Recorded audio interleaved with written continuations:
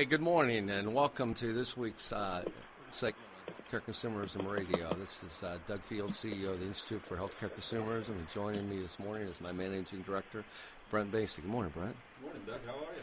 I'm pretty good. We've got our co-host Ron on a plane to Alaska today. He's going up salmon fishing. So. Yeah, lucky guy, huh? Yeah, good for him. Well, we've got a busy program today, and I think starting this news and views, we're going to focus on our IHC University webinar series. We've got one coming up the 22nd of August where Ron will actually be talking about all the elements of healthcare consumerism, and, sponsored by AFLAC. But the one on the 29th at 1 o'clock that I think the market's going to be really excited about is a sponsored webinar from Alegeus, and leading the discussion in that webinar will be Terry McCorvie, president of Alegeus WealthCare Marketplace. And Terry's with us this morning. Good morning, Terry. Good morning, Doug and Brent. How are you? Doing well, Terry. How are you? Doing well. You keeping up with? You're probably busy. Like I said, one-arm paper hanger, I guess, like they say, right now, getting ready for fall. It's funny. Friday rolls around every week, and I think, man, this week's gone, and then the next week's gone even faster. But it's fun. Yeah. It's great to be in the middle of this whole consumer-directed movement and seeing how it's taken off. And, just really exciting. Yeah, it's a lot of disruption out there, and a lot of it really got to be caused by private exchanges. Terry, tell us a little bit about, we've got this webinar coming up on the 29th at 1 o'clock where you and your team are actually going to unveil some research. Can you give our audience kind of a sneak peek as to what they can expect? Sure.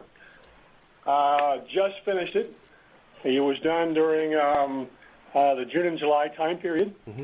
I interviewed about 500 HR people, employer sizes 50 and up, all over the country, and actually surveyed the HR people who are in charge of deciding what benefits are going to be offered. And as other surveys have shown, there is this groundswell movement from defined benefit to defined contribution. Mm-hmm. 60% of the HR people that we surveyed said, that they were familiar with defined contribution. And even more surprisingly, of those familiar, 90% said they were going to take a good hard look at changing from a defined benefit model to a defined contribution. So it's just further evidence that this movement toward a more retail consumer market is happening. It looks like 2015 could even be the tipping point where, we've got a ton of employers moving in that direction. Now, Terry, was this something that were you expecting these kind of numbers? What were your expectations kind of going into the study? We'd seen some other surveys, but the last survey I saw was about 9 months old, and I think what we're seeing is we're just kind of going down the continuum. Yeah. Where more and more HR people are discovering the benefits of defined contribution.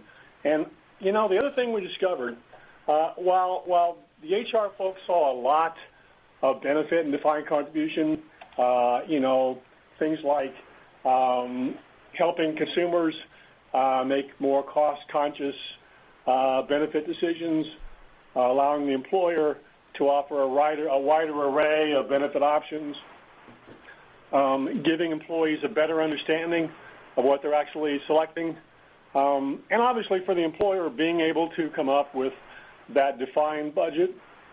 But the thing that struck me is there's still a lot of misconceptions. Mm-hmm.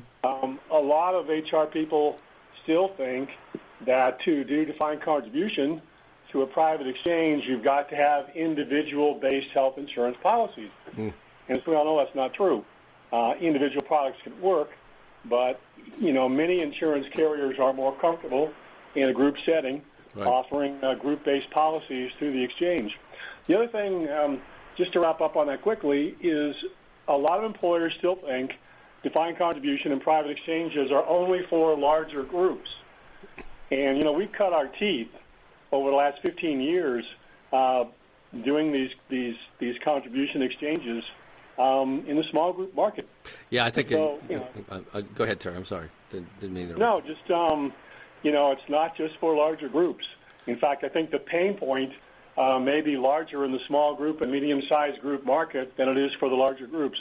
Ron and I talk a lot recently about, and there's been some research come out lately that it is going to reside primarily in the small to mid-sized groups, and I don't agree with that either. I think it's going to transcend across all employee sizes, and I think your survey is actually pointing that out.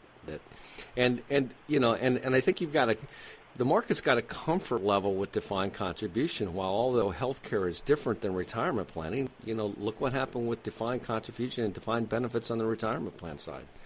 I mean, there's tremendous adoption, and now 95% of the plans are defined contribution, retirement plans. They're not defined benefit plans.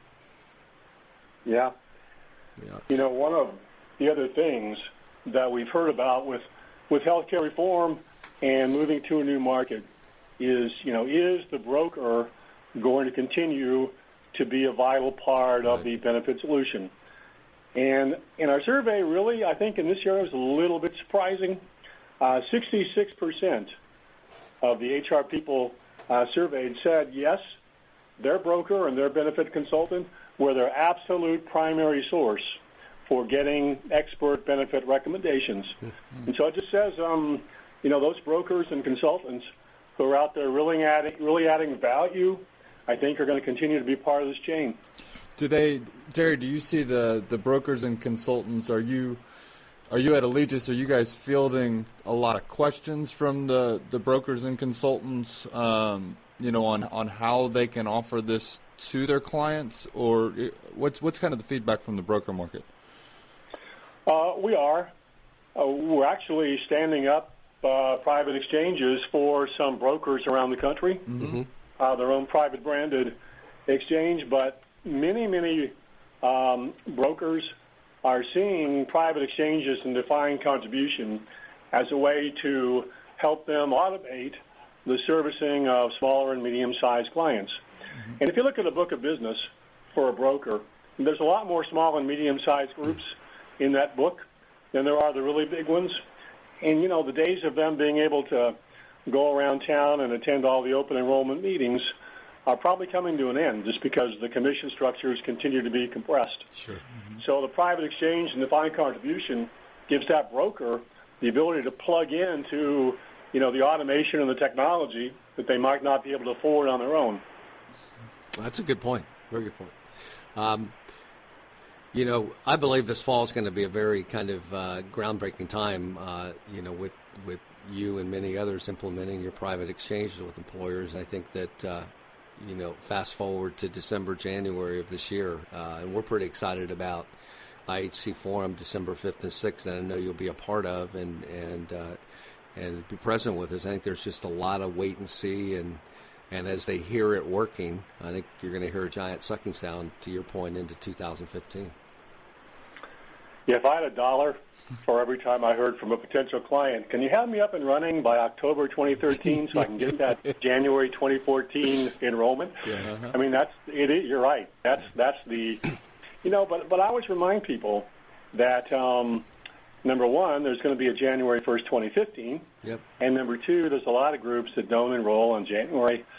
So, the capacity to have everyone's exchange up and running January 1st, 2014 is just impossible. But over the next 3 years, we're going to move in this direction more and more every year. Terry, are there any challenges that you see right now to the private exchange market? I know, there's a lot of opportunity out there in the market. Are there challenges that you see that brokers are going to have to understand, and what are there potential challenges that you see out there? Yeah, I think the broker has to enter into a new mindset that the broker is no longer going to walk into an employer with a spreadsheet of benefit options, because in reality, that spreadsheet of options already exists in all of the products that are on the shelves of the private exchange. Mm-hmm. And the narrowing of that selection is actually done consumer by consumer based on their individual situation and their individual answers to the profiling questions. So really now the broker is working with the employer for that value add piece to help the employer understand this defined contribution model and how it allows the employer not only to give a better selection of benefits to their people, but for the first time really to have some ability to control the spend as the employer on benefits. The other challenge, these things, don't happen by magic. Mm-hmm. And when you've got a lot of different benefit partners, the technology piece is always a challenge because different carriers have different abilities when it comes to, connecting to a technology platform solution. But that's all behind the scenes. Once that's finished to the consumer, it's an easy, seamless process. Hey, Terry, coming back to the survey, did your survey touch on asking the HR benefit team members what they would like to see inside the exchanges? The complete benefit experience, or what kind of products and services they'd like to see there beyond major medical? We did. Mm-hmm. Number one, we said, what in your mind is the ideal exchange? Mm-hmm. And 68% of them said they wanted to see a wide range of carrier integrations. Mm-hmm. They wanted to include in a seamless solution the ability for their employees to manage their CDH accounts, mm-hmm. whether it be a health savings account or a flexible spending account or parking and transit or dependent care, to actually have that available as part of the private exchange solution. They really wanted integration with their payroll processing system, so as consumers outspent their defined contribution and went into payroll deduction, there was an integrated way of loading that into their payroll system. And then finally they said COBRA compliance was important, because if the exchange is the central data point for eligibility maintenance and processing of coverages and billing, it only makes sense when a new hire is added or a life event change happens or termination, that the exchange fires off the appropriate information to be able to send out those COBRA notifications. Well, Terry, we really appreciate you having you on the program, and today to our audience, Terry and his team is going to be back throughout the next couple months to release more of this information on the study that they did do on private exchanges. And Terry, again, thank you very much for joining us today on the program. And to our audience, stay tuned for the next segment of Healthcare Consumerism Radio.